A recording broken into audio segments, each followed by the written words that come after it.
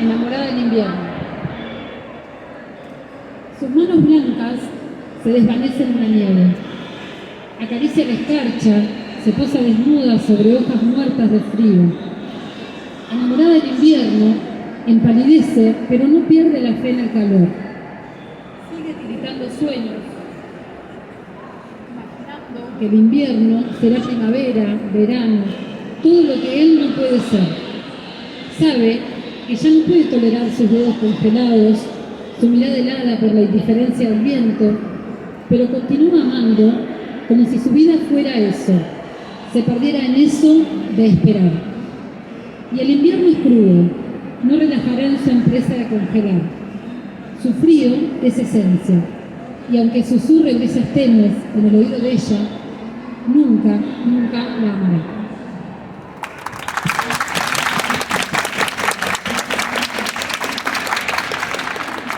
Bueno, yo voy a seguir con un poema que se llama Vulpes Flamantis, que viene con esta ilustración también, es una especie de colas de zorro, como algo entre la planta y el animal. Entonces, era un zorro tan triste que se guardaba en su madriguera. Con sus garras tapó la salida, manchó sus huellas de raza con marcas de mugre animal, como si fuera pobre, como si fuera oscuro, y sus ojos no iluminaran siquiera la idiota y falsa profundidad de cualquier hogar bajo la tierra. Era un zorro tan triste que cuando no podía dormir aprendí a escribir. Así lo descubrí en mi jardín, de noche cazando poemas, revolcándose sobre mis flores, escupiendo los pétalos de amor que alguna vez había plantado.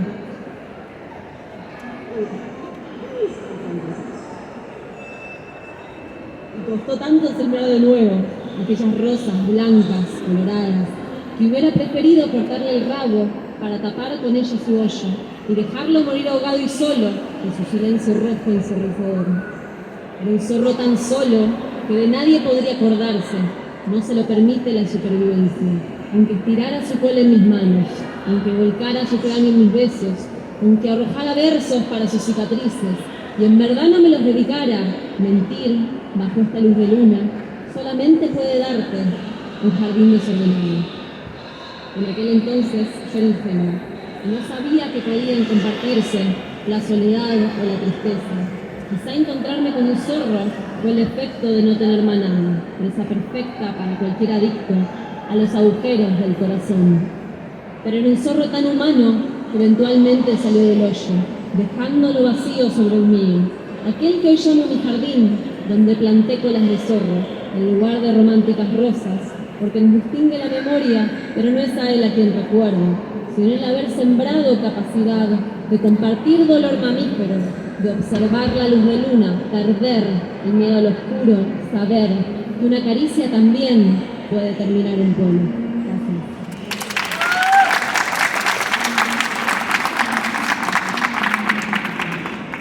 Voy a leer un poema que se llama Malas Decisiones.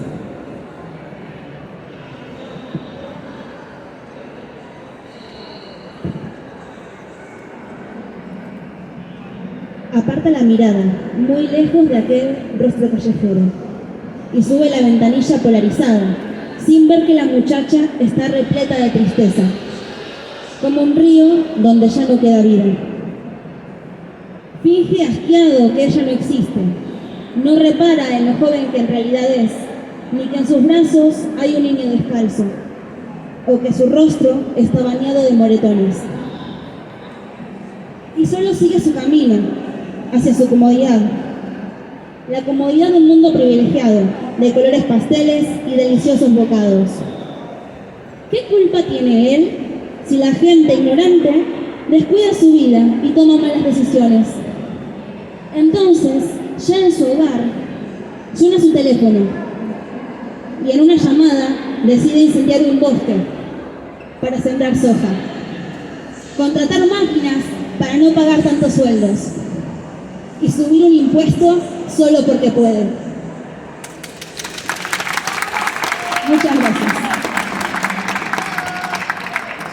Bueno, yo quiero decir antes de leer que, bueno, que está presente Mariel Manrique, que me hizo el prólogo, el más lindo prólogo del mundo, que es mucho mejor que el libro, así que leería el prólogo de ella.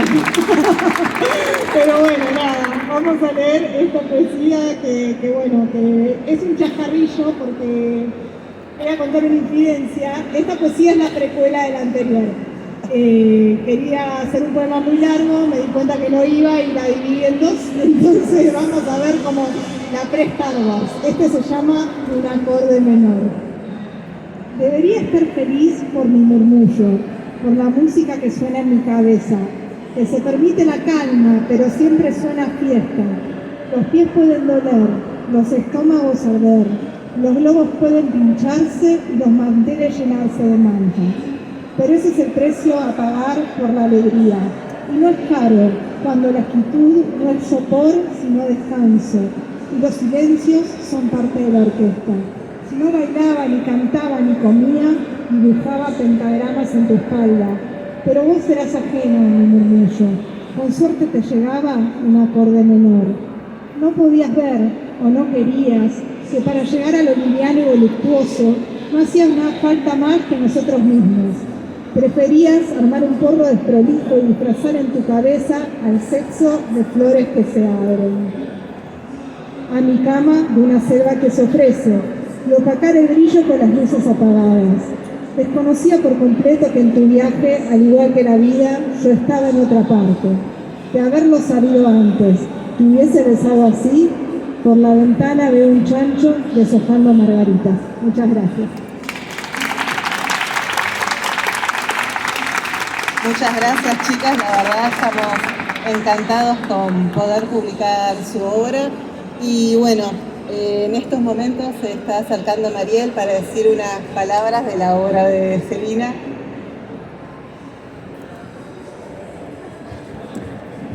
Muchas gracias. No, de nada. No me quiero caer. Bueno, intentaré ser breve.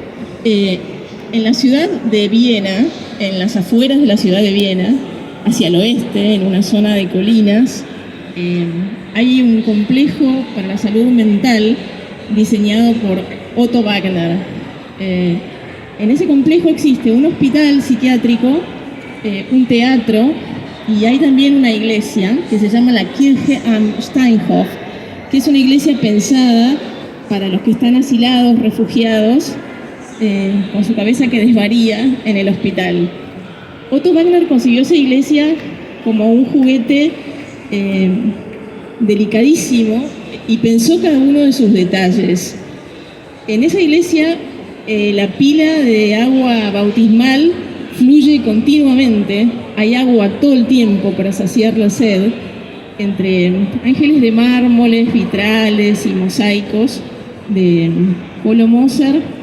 Hay pupitres y los pupitres, entre múltiples salidas de emergencia preparadas para la ocasión por si alguien las necesita, los pupitres tienen un detalle extraordinario, tienen los bordes redondeados para amortiguar el daño o para evitarlo. No hay un ángulo recto en la iglesia Kirche am Steinhof, no hay un ángulo recto que pueda herir. Es una iglesia de alguna manera consagrada a la curva. Cuando yo vi por primera vez el libro editado de Celina, lo que me recordó fueron los bordes redondeados de los pupitres de la iglesia Kirche am Steinhof, porque el libro tiene bordes redondeados. Entonces supe, por este detalle y porque ya la había leído a Celina y había aprendido a quererla leyéndola, que era un libro que no podía herir, que era un libro para amortiguar el daño y hasta para evitarlo. Además, reparé en el nombre del sello editorial, que es Dragones de Papel. Tiene la misma ternura de los bordes redondeados de los pupitres de esa iglesia. Y recordé en relación con el nombre del sello, que tan amorosamente crearon Griselda y Gustavo, Dragones de Papel, recordé una frase quizá muy conocida de Godard, del director de cine, que dice: quizá todos los dragones, en el fondo, no son más que princesas que esperan que seamos nosotros, alguna vez en nuestras vidas, hermosos y valientes. Quizá todo lo horrible en esta vida no es más que una forma del desamparo que solicita nuestra ayuda. El libro de Celina es un dragón de papel. Es fuerte y enérgico como un dragón, tiene esa potencia, pero no escupe fuego, escupe ternura. Es un dragón de papel, es como un juguete. Y hablando de Godard, que hacía cine, pensé también y pienso que es un libro de imágenes. Es un libro que se ve mientras se lee. El que se lleve el libro se va a llevar también una película, que no es poco, pensando que la literatura es de alguna manera la precuela mágica del cine, porque la literatura nos enseñó a ver en imágenes, y es un libro en ese sentido puramente cinematográfico y puro. Celina dice en un momento dado: guardo la imagen y ya no levanto del piso lo que no necesita. Es un libro que va ligero, ligero no en el sentido de rápido, porque es lento, es profundo, cava donde tiene que cavar. Es ligero en el sentido de haberse desprendido de lo que ya no se necesita, de lo que pesa. Es un libro sin poses, sin imposturas. Celina está toda ella dentro de este libro, como si se hubiera metido en un ejercicio de contorsionismo. Por eso es un libro verdadero, pero no verdadero en el sentido de la autoficción referencial o de la autobiografía, sino verdadero en el sentido del nervio y de la carne expuesta de los sentimientos. Celina cuando escribe sin red, o sea, no tiene sarcasmo, no tiene ironía, que para mí son pestes del pensamiento contemporáneo. No ejerce la pedagogía, no escribe desde un pedestal diciendo esto es lo que yo hice, esto es lo que ustedes deberían hacer también. Se deja fluir, se deja llevar, es como si nadara. Tiene mucho sentido del humor. Una de sus líneas dice: soy impresentable. Sos impresentable, pero todos merecemos ser amados. Una enorme frescura. No interpreten por esto que es una escritura transparente o diáfana. Sí lo es, pero como puede ser transparente o diáfano un lago. En el fondo de un lago transparente o diáfano vemos siempre piedritas, microorganismos, musgos, líquenes. Es una escritura para sumergirse en ella como un buzo, quitarse la pesada escafandra de los buzos antiguos y abrir los ojos. Aunque quizá la mejor manera de verlo sea cerrar los ojos, la mejor manera de mirar y simplemente sentir. Por último, quisiera decir también que algo que a mí me desconcierta de Celina y que me causa una enorme perplejidad cuando la leo es su ternura desarmante. Este podría ser un libro feminista en el sentido emancipatorio, crítico de la palabra. Podría ser un libro de venganza por los amores que no fueron o que no supieron ser. Celina podría haber empuñado una katana y vestirse a lo Beatrix Kiddo en Kill Bill. O podría ser la Lady Snowblood de algunas películas japonesas. Podría ser un libro gore, en el sentido de que corra sangre.